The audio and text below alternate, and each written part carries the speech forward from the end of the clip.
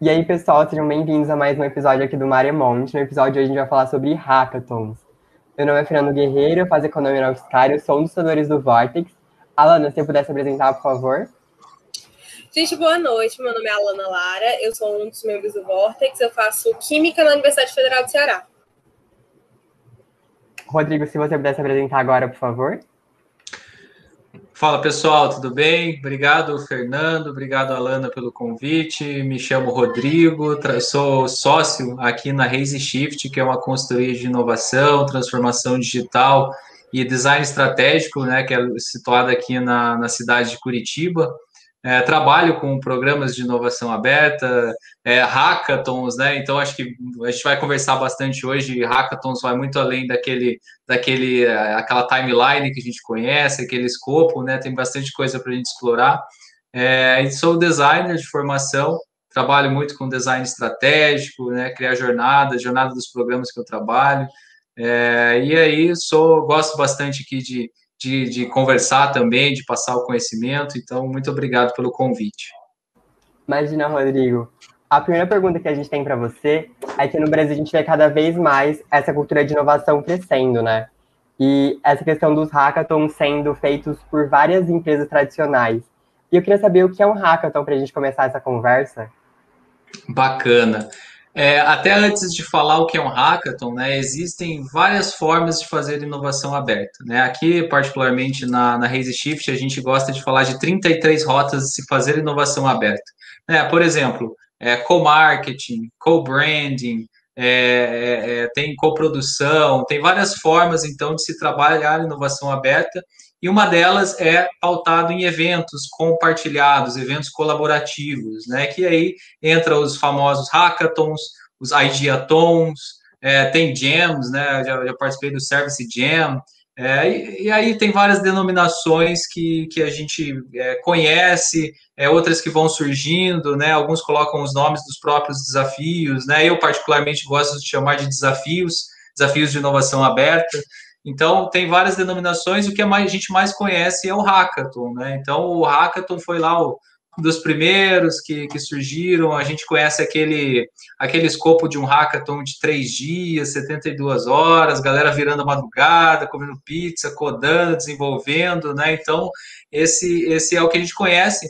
E justamente toda essa descrição que eu trouxe, ela compõe bastante a palavra hackathon, né? O que é hack, né? Que vem de hackers, de hackear, e marathon, né, de maratona. Então, maratona de hackers, maratona para se hackear. E aí, quando a gente diz em hackear, a gente fala em desenvolver novas soluções, mas principalmente do hackathon e principalmente do modelo um pouco mais antigo, desenvolver soluções baseadas em tecnologia e na área de informática, né, vinha muitos profissionais da área de informática, muitos programadores, desenvolvedores, desenvolvendo softwares, hardwares, tudo para solucionar problemas de empresas, de comunidades, e aí problemas eles variam muitos, né? Gosto até de falar de necessidades.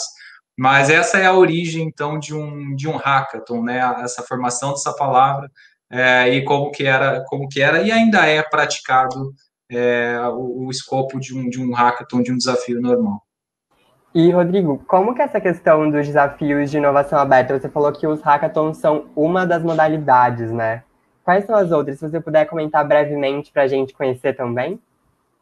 Então, depois do hackathon, né, a gente tem os ideathons, né, ideathon de maratonas de ideias. Então, aí se trabalha muito com níveis, por exemplo, que você quer encontrar, desenvolver solução, ou que quer chamar startups, por exemplo, né? As startups, elas trabalham, né, elas estão, né, em alguns níveis, como, por exemplo, a gente tem startup em nível de ideação, né, de validação, prototipação, operação, escalabilidade. Então, um ideathon, ele parte da geração das ideias para se começar o desenvolvimento de um novo negócio. Então, esse é o ideathon. Aí eu já participei de Service Jam, né? Então, o jam de geleia mesmo, né? A Service Jam, ele é uma maratona, vamos dizer, de design de serviços, também colaborativa, global, né? Então, acho que o importante desses desafios, maratonas, hackathons, é que a gente consiga fazer com que sejam desafios colaborativos, né? E aí acho que a gente vai falar um pouquinho de inovação aberta, né? Que a gente consiga trazer mindsets, pensamentos divergentes externos para dentro daquilo que a gente está querendo criar ou desenvolver.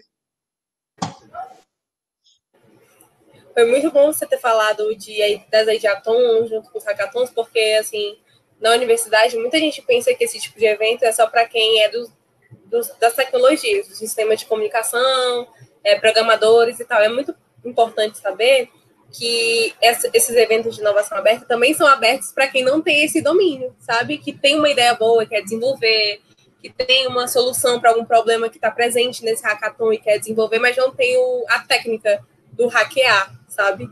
É muito bom escutar isso. Uma das coisas que a gente mais observa é que muitas empresas estão procurando quem faça hackathons, principalmente universidades.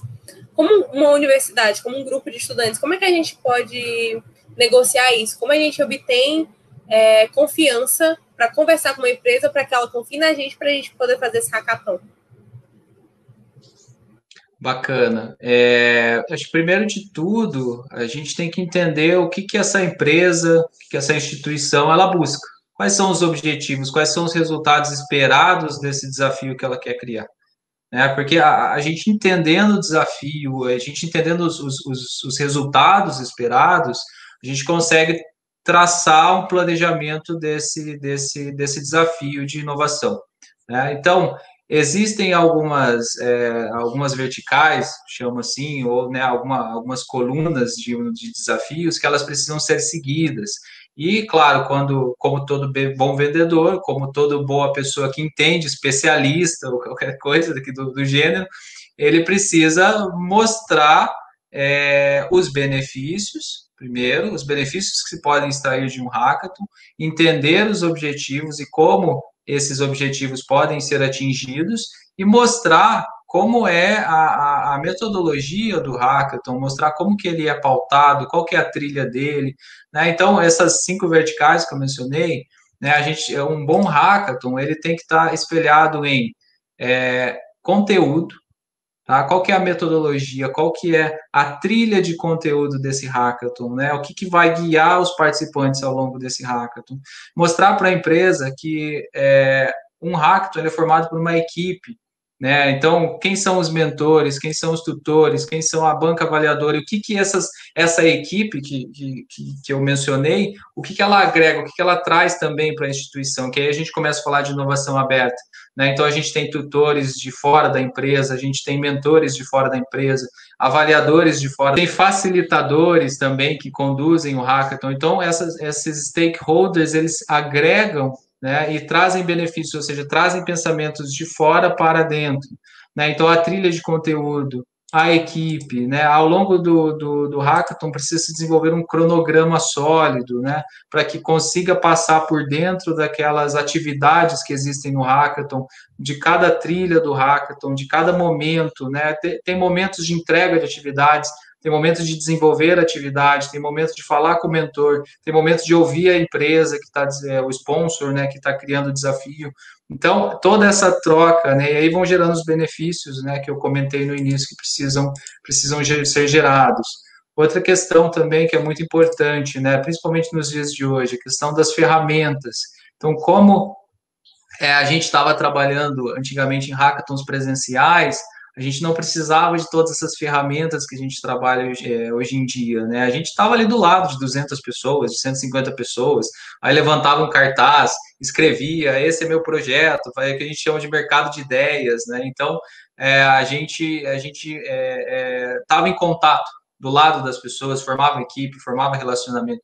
Hoje em dia, a gente precisa trazer ferramentas que apoiem esses hackathons online, né? Então, tudo isso que eu descrevi um pouquinho é o que você passa, né, de percepção para as empresas, para que elas confiem de que realmente como é a estrutura do hackathon, né?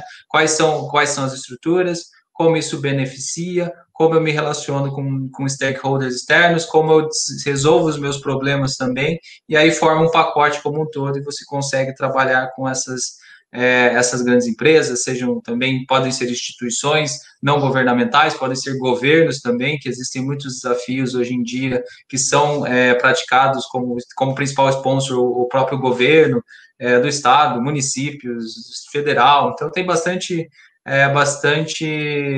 sponsors, né, bastante instituições que geram esses desafios.